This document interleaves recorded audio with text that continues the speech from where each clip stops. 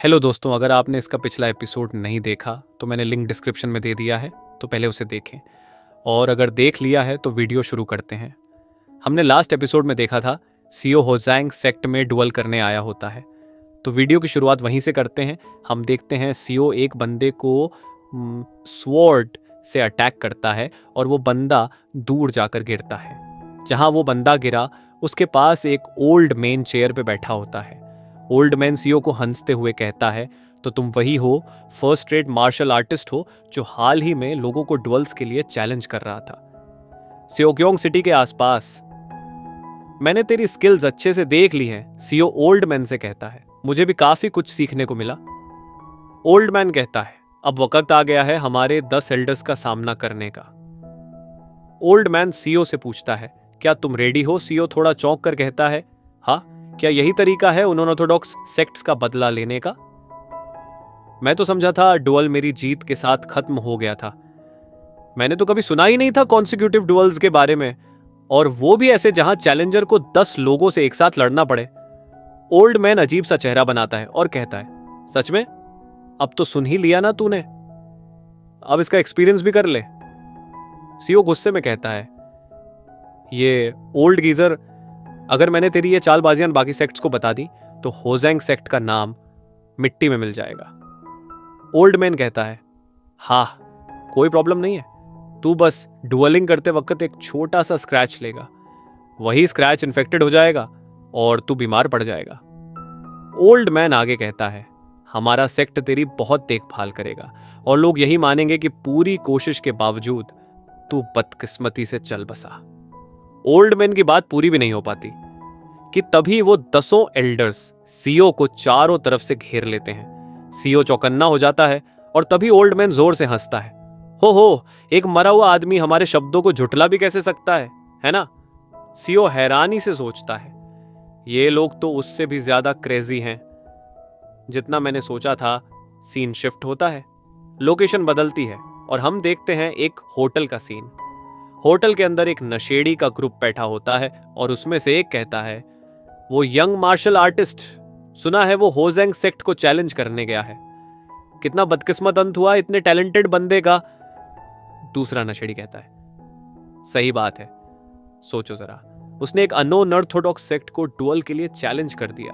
और अब तीसरा बंदा बोलता है, ऐसा ही होता है, जब तुम जवान होते हो तो अंदर एक ऐसी नासमझी होती है जो तुम्हें यह सोचने पर मजबूर कर देती है कि ये दुनिया वैसे चलेगी जैसे मैं चाहता हूं। और तभी एक और बंदा वहां आता है और उन तीनों से कहता है, उसने अपनी ही अहंकार से अपनी मौत को जल्दी बुला लिया। होजैंग सेक्ट बस नाम की सेक्ट है, हकीकत में तो वो लोग डकैतों का एक गिरोह है। अब तक तो उसे जमीन में गाड़ भी दिया गया होगा। और तभी हम देखते हैं किसी का पैर होटल में अंदर आता है, वही होटल जहां नशे में डूबे लोग बातें कर रहे थे। होटल में काम करने वाला लड़का सामने से आता है और कहता है, वेलकम। लेकिन जैसे ही वो उस शख्स को देखता है उसका चेहरा डर से पीला पड़ जाता है और उसे पसीना बहने लगता है। और हम देखते हैं वो कोई और नहीं बल्कि सीओ है। उसका पूरा शरीर खून से सना हुआ है। सीओ शांत आवाज में कहता है, 1 bowl of noodles please. Hotel में काम करने वाला लड़का घबरा कर कहता है, जी जी जरूर, अंदर आइए। और फिर सीओ बिना कुछ बोले अंदर चला जाता है और हमें बताता है, वो पागल हरामी, मैं तो बस मरते मरते बचाऊं। सीओ हांफते हुए कहता है, सिर्फ 10 वर्सेस 1 ही नहीं था, उन लोगों ने अपने वेपन्स में जहर भी मिला रखा था। हम देखते हैं सीओ की पीठ पे बहुत गहरा घाव हो गया ही सीओ रिलीफ महसूस करता है और कहता, थैंक गॉड, जब मैं अलायंस का स्ट्रैटेजिस्ट था तभी मैंने हाईएस्ट लेवल की मेडिसिन सीख ली थी। हम देखते हैं सीओ ने उन 10 एल्डर को मर दिया है और वो कहता है, अगर मैंने पहले से बनाई हुई क्योरिंग पिल और स्टिम्युलेंट ना खाई होती तो मैं आज जिंदा नहीं होता। ओल्ड मैन गुस्से से चिल्लाता है, मार दो उसे, चाहे जो करना पड़े। जब सेक्ट के हर एक लड़की ने अपने स्पीयर्स और बोज उठा लिए और फॉर्मेशन बनाकर चार्ज किया तो वो उस गीजर की आखिरी चाल थी। फिर हम देखते हैं ओल्ड मैन की बात सुनकर बहुत वॉरियर्स सीओ पर अटैक करने आगे बढ़ते हैं। सीओ हमें बताता है, मैं जानवरों की तरह लड़ा सिर्फ जिंदा रहने के लिए, फिर भी मैं जिंदा बच गया। हम देखते हैं सीओ ने होजेंग सेक्ट के सारे डिसाइपल्स को मार गिराया है। अब उसकी स्वॉर्ड ओल्ड मैन की गर्दन पर टिकी हुई है। सीओ ठंडे लहजे में कहता है, मैंने जो बचे थे उनके टेंडन काट दिए, जिंदगी भर के लिए लाचार बना दिया, ताकि वो कभी मेरा पीछा ना कर सके, ना ही रिवेंज लेने की हिम्मत करे। खैर, इतनी सारी स्टिमुलेंट्स दवाइयों का ओवरडोज ले लिया, अब रिलैक्स करना नामुमकिन सा लग रहा है। अब कुछ दिनों तक नींद तो आने से रही। सीओ अपनी स्वॉर्ड पे हाथ रखता है और कहता है, अब बारी है किसी ऑर्थोडॉक्स सेक्ट को ड्यूल के लिए चैलेंज करने की। और सीओ उस होटल से जाने लगता है।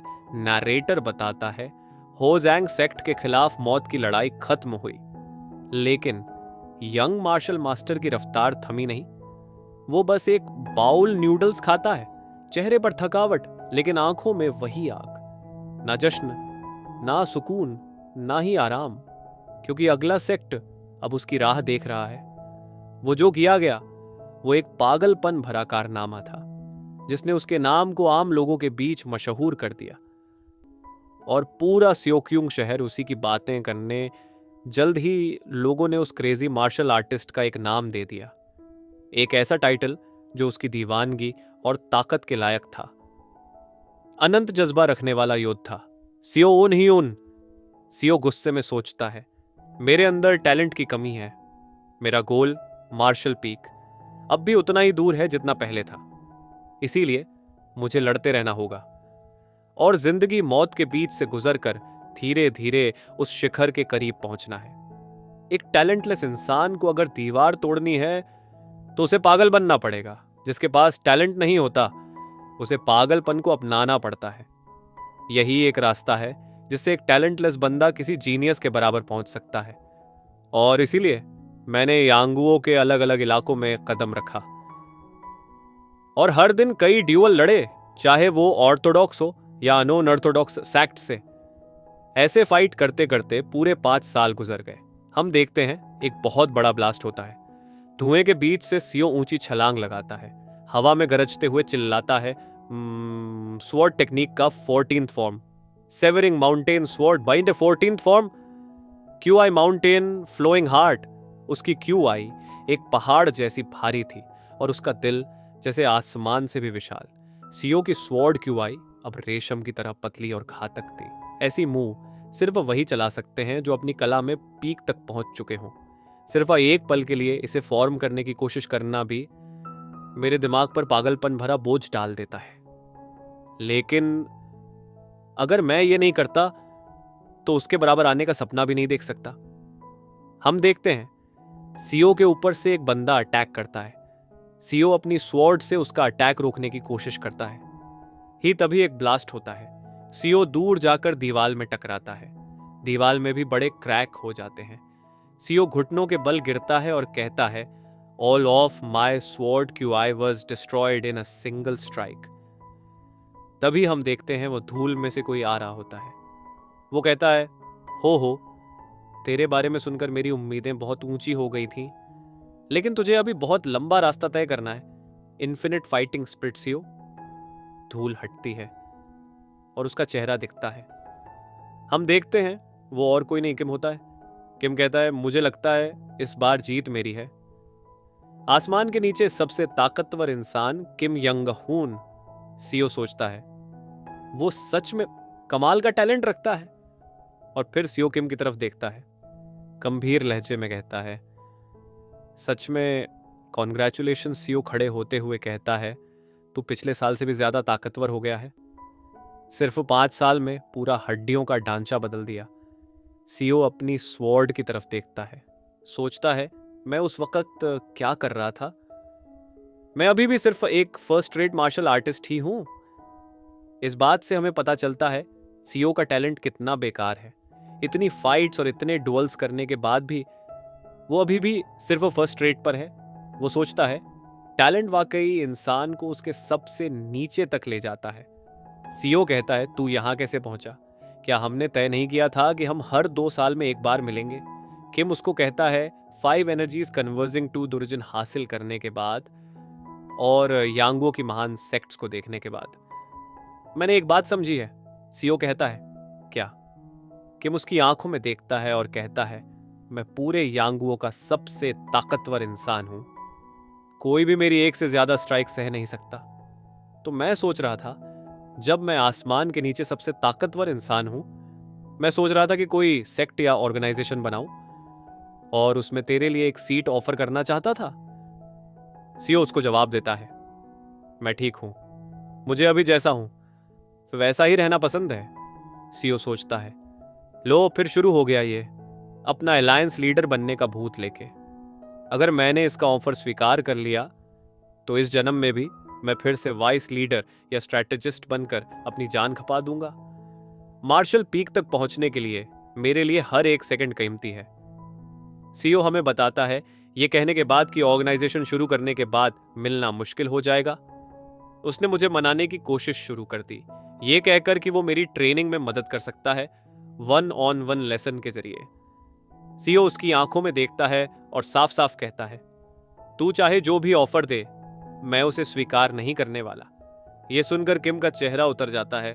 मैं अपने पिछले जन्म में उसकी सीख पहले ही बहुत बार ले चुका हूं। इसका मतलब है दोस्तों, सीओ बहुत बार रिग्रेस हो चुका है। सीओ अपनी स्वॉर्ड को टाइट पकड़ता है और सोचता है, मुझे अब सिर्फ असली जिंदगी का तजुर्बा चाहिए। सीओ अपना बैग उठाता है और जाने लगता है। उसकी आंखें नीचे झुकी होती हैं, लेकिन मन पूरी तरह साफ।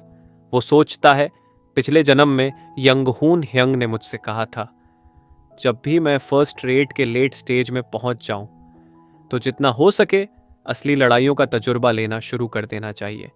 तो इस जन्म में मैंने बस दूर से उसकी कहानी को देखने का फैसला किया है। तो सीओ निकल जाता है अपनी जर्नी के लिए। पीठ पर बैग है, कमर पर स्वॉर्ड और आंखों में सिर्फ मंजिल। वो कहता है, मैं बढ़ चला अपनी खुद की कभी ना खत्म होने वाली लड़ाई की जर्नी पर। और इस तरह 20 साल और गुजर गए। हम देखते हैं 20 साल बाद फिर से सीओ आता है। वो उसी पुराने घर के सामने खड़ा होता है, उसे चुपचाप देखता है, जैसे यादें लौटी हों। अंदर से दरवाजा खुलता है, किम बाहर आता है। वो सीओ की तरफ देखता है और कहता है, तू कुछ ज्यादा ही पीला लग रहा है। हम सीओ को देखते हैं। उसके चेहरे पर फाइटिंग के गहरे निशान हैं। दाढ़ी बढ़ चुकी है और उसकी आंखों में वक्त की थकान साफ दिखती है। अब वो 50 साल का लग रहा है। धीरे से वो सिर उठाता है और कहता है, आखिरकार मुझे समझ में आया, सीओ यून है यून। मेरा टैलेंट वाकई ऐसा है जिसे आसमान ने भी ठुकरा दिया है। तो दोस्तों, इस एपिसोड को यहीं खत्म करते हैं। हाँ, मुझे पता है ये थोड़ा छोटा था, लेकिन क्या करें, मंगवा वीकली आता है और अगला चैप्टर आने में 2-3 दिन लग सकते हैं। अब तुम बताओ, क्या एक एक करके एपिसोड चाहिए, जैसे ही आए वैसे ही एक्सप्लेन करूं, या फिर 2 एपिसोड इकट्ठे आने दो और फिर एक साथ धमाकेदार एक्सप्लेनिंग करूं? कमेंट में ज़रूर बताना।